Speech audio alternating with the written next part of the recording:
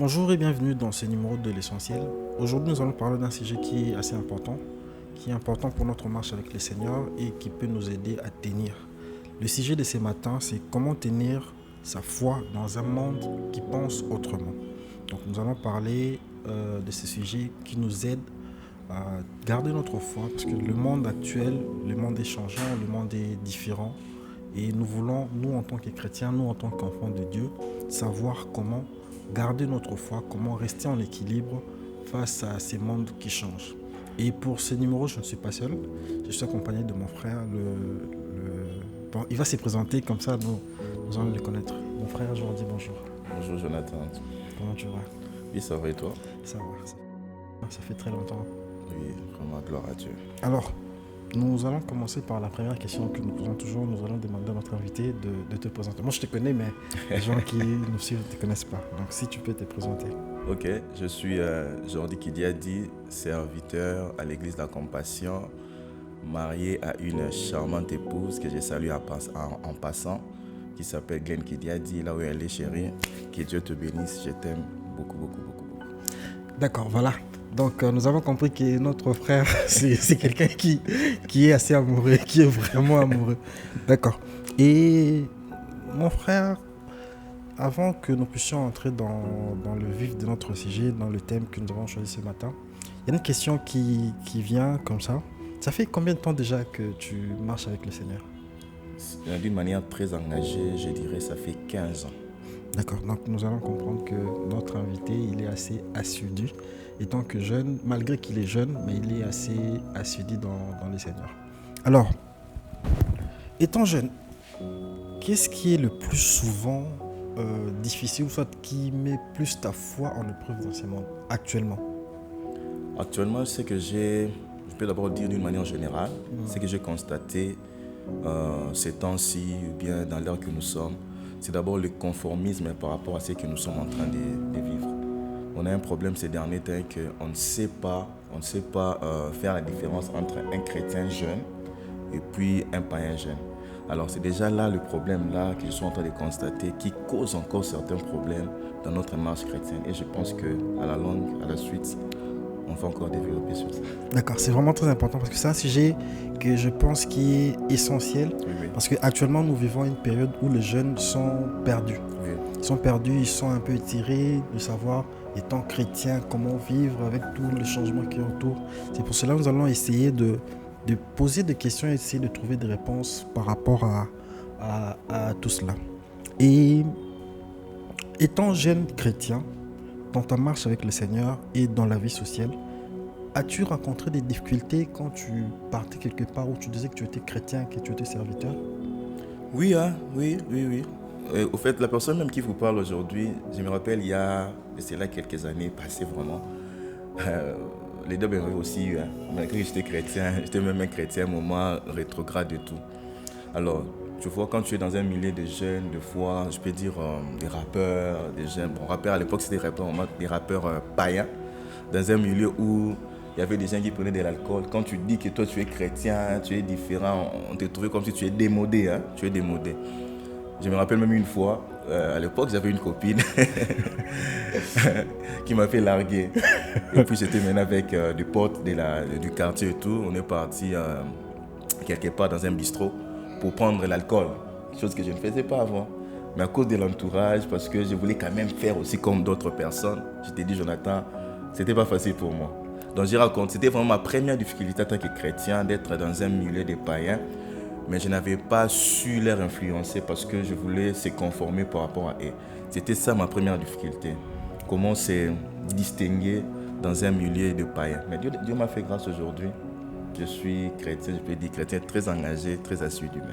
Vraiment, gloire à Dieu pour cela, parce que la Bible dit que le diable rôde. Dès qu'il y a une petite distraction, il peut facilement nous repérer.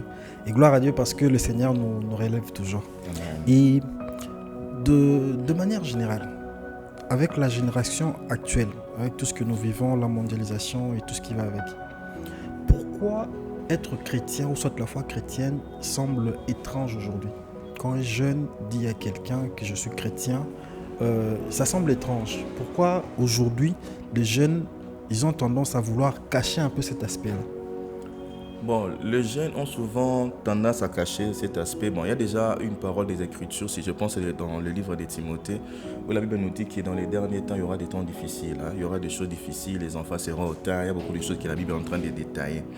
Alors, les jeunes cherchent à cacher parce que, comme j'ai dit au départ, ils cherchent à se conformiser par rapport à leur environnement et tout. Beaucoup de jeunes sont en train de cacher leur identité parce qu'ils ne savent pas qu'ils sont la lumière de ces mondes. Jésus-Christ nous dit que nous sommes la lumière de ces mondes. Et je pense qu'une lumière ne peut jamais être cachée. Et ce que j'aime, Jonathan, il y a une différence que j'aime souvent faire entre la lumière et les ténèbres. Tu vas te rendre compte que la lumière, lorsqu'on parle de la lumière, c'est au singulier. Mais lorsqu'on parle des ténèbres, c'est toujours au pluriel. Il se peut que tu es lumière du monde, tu es la lumière du monde, tu te trouves au milieu de plusieurs ténèbres, parce que c'est déjà au pluriel, mais tu peux influencer. Le jeune n'arrive pas à influencer leur environnement parce qu'ils ne se rendent pas compte. Les jeunes n'arrivent pas à montrer qu'ils sont chrétiens parce qu'ils ne se rendent pas compte qu'ils sont la lumière de ce monde. Et quand tu es lumière, tu te caches, il y aura toujours les ténèbres dans ta vie. Ah, voilà, justement. Et comment maintenant là, reconnaître qu'on a la lumière en nous? Comment vivre cette lumière-là? Comment vivre cette lumière? J'aimerais dire à un chrétien, à un jeune chrétien, tu ne vivras jamais la lumière si tu n'as pas développé une vie personnelle avec le Saint-Esprit de Dieu. Parce que c'est le Saint-Esprit de Dieu, premièrement, qui connaît, qui sonde même le cœur de Dieu, mais aussi c'est le Saint-Esprit de Dieu qui te connaît mieux que toi-même. Alors tu ne peux jamais vivre une vie chrétienne sans le Saint-Esprit. Tu ne peux jamais manifester la vie de Jésus sans la personne du Saint-Esprit. Tu ne sauras pas. Vraiment. Est-ce que dans ce monde d'aujourd'hui, Oui. est-ce que c'est possible d'être jeune, chrétien et rester fidèle à Dieu? J'ai même envie de dire que c'est la chose la plus facile. En fait, c'est la chose la plus facile, en fait. Il est possible d'être chrétien et servir Dieu. Il est possible d'être chrétien aujourd'hui jeune et être vraiment très engagé à Dieu. Il est possible. Il est possible. Maintenant, dis-moi, comment on peut rester fidèle à Dieu? Parce qu'aujourd'hui, nous voyons une époque où il y a beaucoup de jeunes serviteurs, Oui. mais il y a beaucoup aussi qui vont un peu dans des coins sombres, si je peux dire. Ils veulent mélanger un peu les choses. Comment tu vois cet aspect de choses-là? Les jeunes qui viennent, ils ne veulent pas rester fidèles à Dieu, mais il faut un peu voir ailleurs pour essayer de combler ceux qui pensent qu'il y a un vide. La Bible nous dit quelque chose de très important. Je pense que si dans la vie, dans la marche chrétienne, tu as déjà donné ta vie à Jésus et que tu es ni chaud ni froid, Dieu va te vomir. Alors quand tu es chrétien, tu es dans l'obligation de donner une position. Alors ça, je me dis, ça ne sert à rien de cacher ta position tant que tu es chrétien dans un milieu où il y a plusieurs païens. Maintenant, quelles sont les armes que les jeunes peuvent utiliser pour essayer de garder la ligne, soit rester fidèle à Dieu dans ces temps-ci? Pour rester fidèle à Dieu, la première des choses qu'un chrétien jeune doit faire, c'est d'abord témoigner Jésus. Témoigner Jésus par ta manière de vivre. Parce que tu sais, c'est plus facile de dire à quelqu'un que tu es chrétien, mais c'est plus difficile aux gens de découvrir que tu es chrétien. Plusieurs personnes aujourd'hui disent nous sommes des chrétiens, mais lorsque tu es avec eux, tu ne vois rien de la vie de Jésus. Du reste, même dans Antioche, ce n'était pas les disciples qui avaient dit qu'ils étaient des chrétiens, mais c'était les païens qui étaient avec et qui ont dit qu'ils sont des chrétiens parce qu'ils étaient en train de vivre comme Christ. J'aimerais te donner un exemple. Je prends l'exemple de Pierre. Pierre qui a vécu avec Jésus, qui a même eu à régner Jésus. Il y a quelque chose qui s'est passé pendant qu'il était en train de régner Jésus.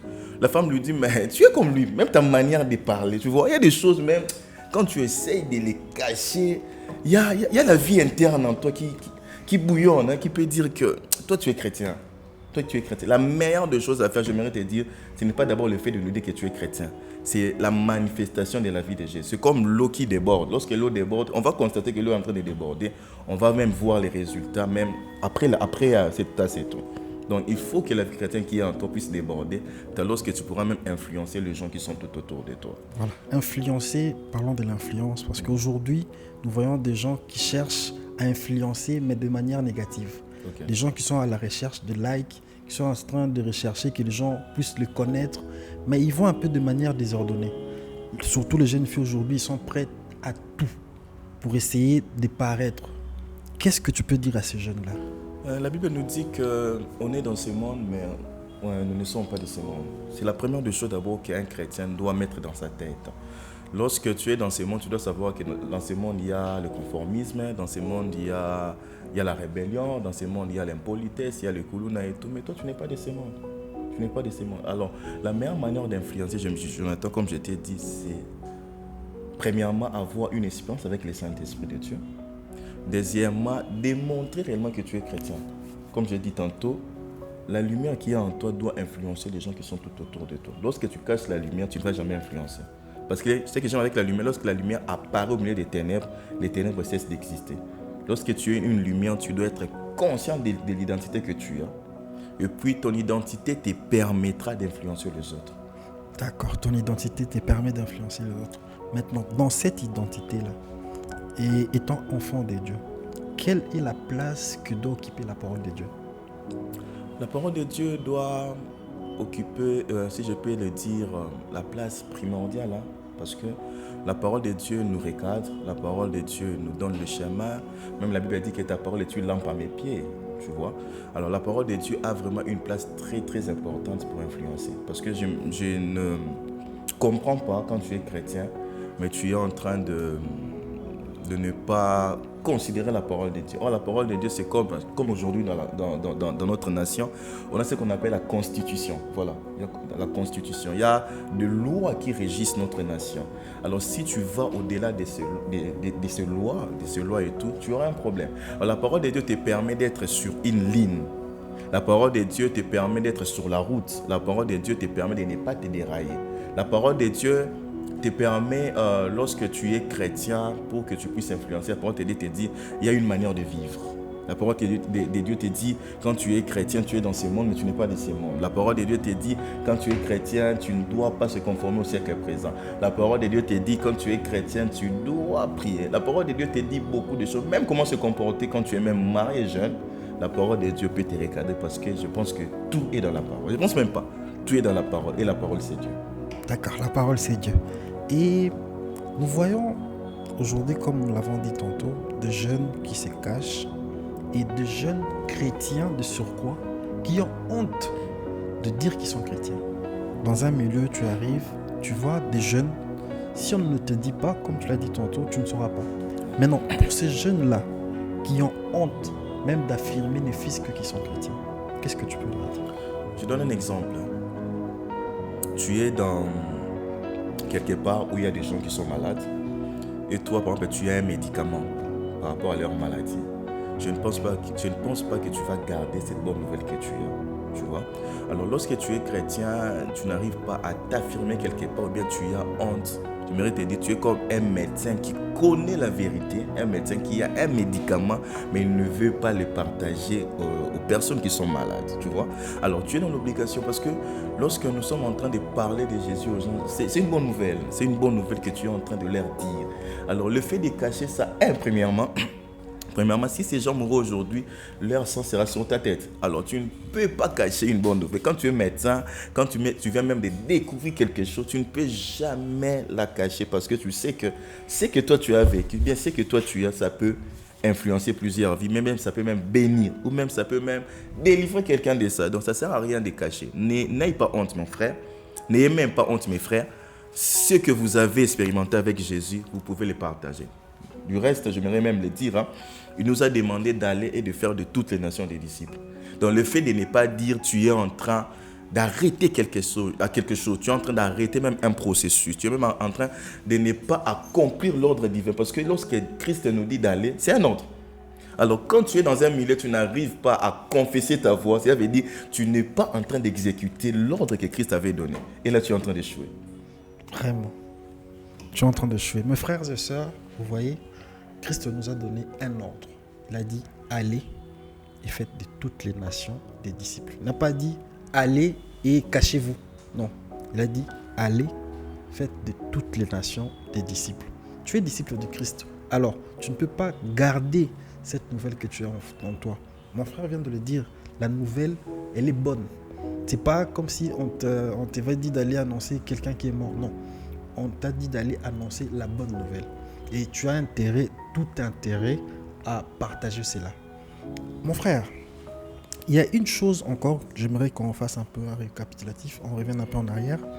Il y a une chose, tu as dit tout à l'heure que nous sommes la lumière de ce monde. Qu'est-ce que cela signifie réellement? Parce qu'il y a de ces jeunes qui peuvent ne pas très bien comprendre cela quand la Bible dit vous êtes la lumière du monde. Qu'est-ce que cela veut dire réellement?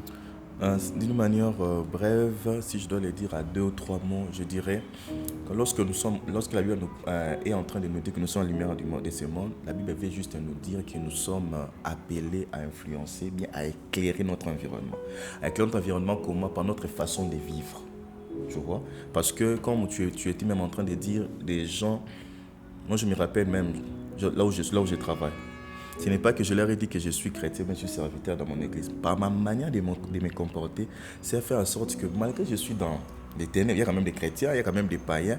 Ma vie à moi, vu que ma vie est en train de témoigner la vie de Jésus, ma vie à moi est en train de témoigner Jésus, ça fait en sorte que ce que je suis est en train de leur influencer. Tu vois? Alors, quand tu es la lumière de ce monde, cela veut dire ta vie doit influencer les gens qui sont tout autour de toi. Ta vie doit apporter le bon témoignage. Ta vie doit donner le bon fruit pour que les gens puissent constater que tu es chrétien. Justement, ta vie doit donner le bon fruit. Et alors, nous sommes arrivés à la fin parce que nous n'allons pas beaucoup Déjà. Ouais, déjà, malheureusement, on est obligé de nous arrêter tout à l'heure. Mais en un mot, qu'est-ce que tu peux dire à tous ces jeunes chrétiens qui aujourd'hui ne savent pas comment marcher encore avec le Christ? En un mot, je pense pas que ce serait un mot, c'est juste une manière de parler. Oui. Je connais un jeune dans la Bible, je connais même 2 jeunes, voire même 3 jeunes dans la Bible. Je connais Joseph, où je me dis s'il était à l'ère actuelle. Je ne sais pas ce qui allait se passer, mais je prends mon exemple de Joseph. Voilà. Écoutez, Joseph s'est confronté, Joseph s'est vu, Joseph était piégé par la femme de Potiphar comme nous connaissons l'histoire. Mais je constate que malgré que la tentation était grande, Joseph n'a pas cédé. Il était jeune. Joseph n'a pas cédé. Je constate aussi que Jésus-Christ était jeune. Commençait un ministère à l'âge de 30 ans et finir son ministère ici sur la terre à l'âge de 33 ans. Il était jeune. Je me dis, il était aussi confronté à plusieurs choses. Mais je constate qu'il n'a jamais cédé. J'aimerais dire à un jeune comme moi que c'est possible de vivre dans cette terre et ne pas céder. Si la Bible nous parle de Joseph aujourd'hui, ce n'est pas juste pour raconter une histoire, mais c'est pour que nous puissions se référer. Voilà. Pour que nous puissions se référer que si tu es face à telle tentation, il y a quelqu'un dans la Bible qui n'a pas cédé. Donc c'est facile aujourd'hui, avec le Saint-Esprit bien sûr, parce que lorsque tu t'élites avec le péché sans Dieu, tu ne sauras pas. Donc c'est possible aujourd'hui d'influencer, c'est possible aujourd'hui que tu puisses apporter cette lumière aux gens si seulement tu te laisses être conduit par l'Esprit. Mais aussi, si tu n'as pas un modèle sur cette terre, j'aimerais te dire, il y a un parfait modèle qui est Jésus. Il n'a jamais succombé. Il marchait même avec des femmes, tu sais. Et Marie de Magdala, plusieurs femmes étaient dans le ministère de Jésus aussi. Mais Jésus n'a jamais cédé. Donc c'est possible même de marcher avec des filles sans jamais les toucher ou bien sans jamais faire certaines choses. Parce qu'avec Dieu, tout est possible. Avec Dieu, tout est possible. Voilà. C'est par ici que nous allons nous arrêter pour ce numéro. Mais je crois bien que ce n'est pas la dernière fois. Nous allons commencer avec l'homme de Dieu, le frère Jordi. Nous allons continuer. Aujourd'hui, ce n'était qu'une partie remise. Nous reviendrons encore avec d'autres sujets pour échanger. Mon frère, je te dis merci. Moi aussi, je te remercie. D'accord. Chers amis fidèles, nous sommes arrivés à la fin de ce numéro de l'essentiel. Nous nous retrouvons la prochaine fois pour un autre numéro. Que Dieu vous bénisse.